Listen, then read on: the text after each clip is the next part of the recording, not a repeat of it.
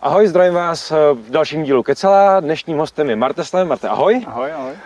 Mart je cestovatel, který se podíval na všech 7 kontinentů a dneska si budeme povídat o vejletě na Antarktidu.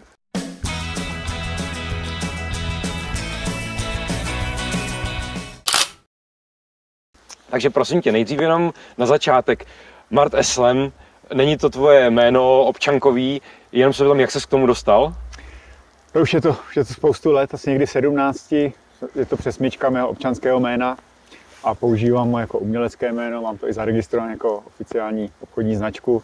Prostě nechtěl jsem vystupovat pod svým občanským jménem, protože umělecké jméno, aby jsme to zkrátili. Je to umělecké jméno, ano. Tak proč Antarktida? Je to kontinent, na který se tak často cestovatelé nepodívají. Proč jsi vybral Antarktidu?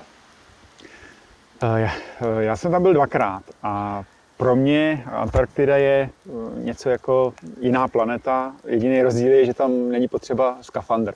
Jinak to má veškeré atributy toho, že se člověk vylodí na jiné planetě, protože má naprosto jinou karmu, nikdy se tam neválčilo, člověk tam nikdy nic nepostavil, nebo aspoň to teďka nebylo zdokumentovaný.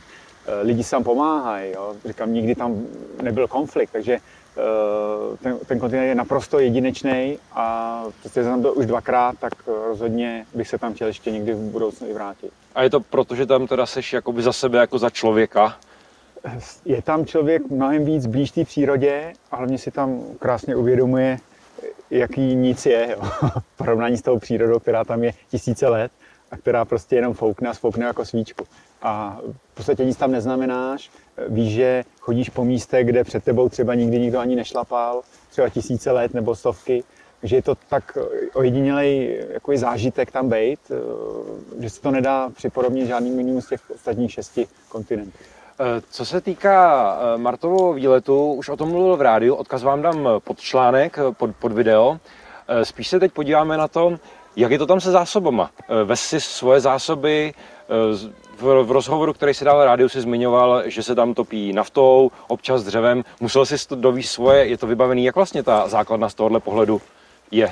Základna, na který jsem byl já, je na ostrově Nelson, jmenuje se Eco Nelson, takže už z toho názvu vypovídá, že se snaží dodržovat ty nejpřísnější ekologické zákony. Ta nafta do toho úplně jako nepasuje, ale... Tak svým způsobem je to přírodní materiál. Ano, je to svým způsobem. Jde spíš o to, že na Antarktidě dřeva moc není. Jediný dřevo, který tam člověk má, tak může si sesbírat nějaký naplavený, ale to není věc, kterou může pak nějakou dobu, dlouhou dobu jako vytápět tu základnu.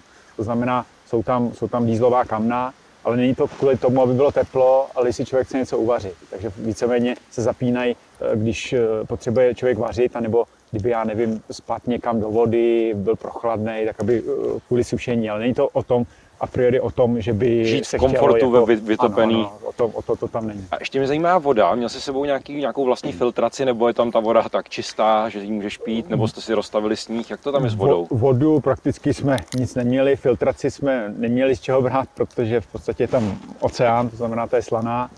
Normálně jsme si dělali vodu z ledu, protože, nevím, možná to jako lidi, kteří chodí ven na kempy, tak vědí, že je mnohem jednodušší dělat vodu z ledu než ze sněhu.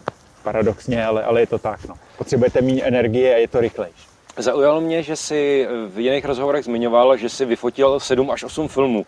Patří skutečně k těm matadorům, kteří ještě v dnešní době používají filmy, nebo už si přešel taky do digitálního světa? Už jsem to opustil.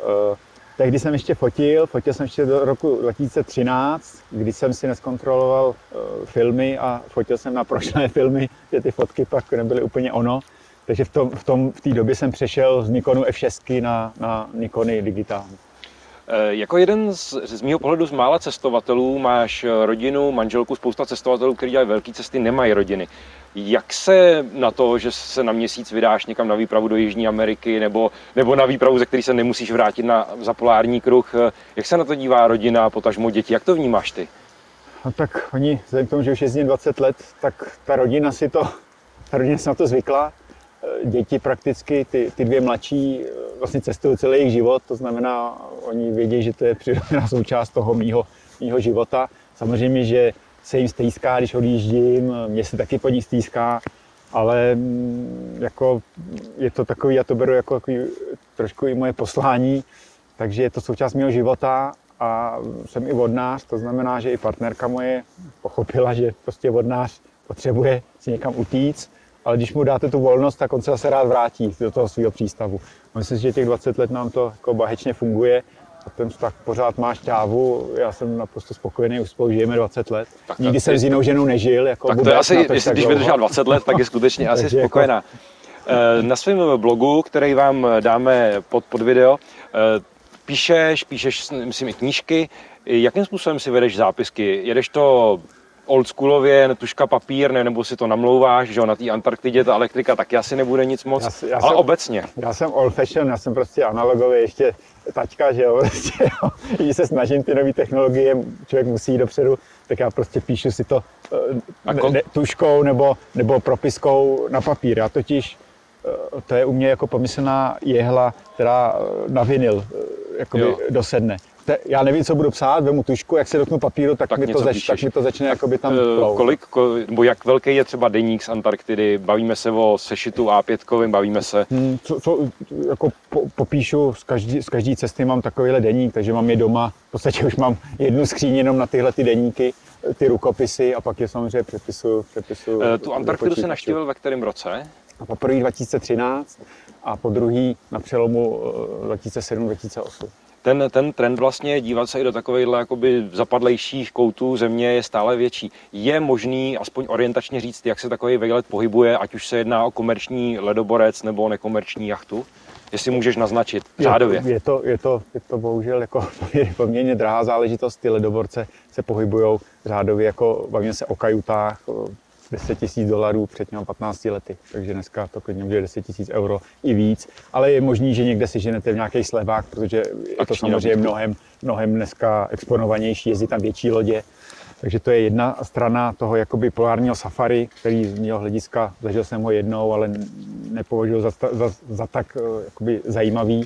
A ta druhá na tu základnu, tam jde o to, jaký typ jakoby dopravy vám dohodne i třeba ta posádka nebo ty zakladatele té základny. Takže můžete tam dostat s vojákama třeba i zadarmo, nebo v dopravním letadle dostat nějakou vojenskou základnu na některým z vedlejších ostrovů, anebo vám domluví nějakou jachtu menší, a tam se to taky ale pohybuje v $1000. Prostě. Není to levná záležitost, každá sranda něco stojí. Když by někoho si třeba inspiroval právě, dej pár tipů na závěr, vždycky epizody dáváme nějaký tip pro cestovatele. Vlastně komu by měl napsat, když by se chtěl dostat na takovouhle základnu, nebo cokoliv, co tě napadne, určitě to bude diváky zajímat. Jako pokud by se někdo chtěl dostat na Antarktidu, na tuhletu základnu Eko Nelson, tak řekl bych, zkontaktujte toho zakladatele, ale to bude trošku Jarda, jestli já jsem říkal, že jsem analogovej, tak Jarda, nevím, že ještě pergamenový, v tomhle tam nemá mobil, takže pokud by vás to zajímalo, tak asi bude lepší třeba zkontaktovat mě na Facebooku, nějak přes můj web a já bych vám zprostředkoval kontakt s Jardou a řekl bych vám k tomu i nějaký detaily, jaký jsou možnosti se tam dostat. No, to asi bude taková nejsnažší cesta. Nejsnažší cesta. Tak, to byl Mart Eslem a jeho výprava do Antarktidy. Jestli se vám video líbilo, určitě dejte pod videem like, podívejte se na článek, napíšeme tam pár tipů, co si nezapomenout zabalit a sledujte nás zase v dalším dílu. Ahoj a tobě děkuju. No, díky taky. Ahoj.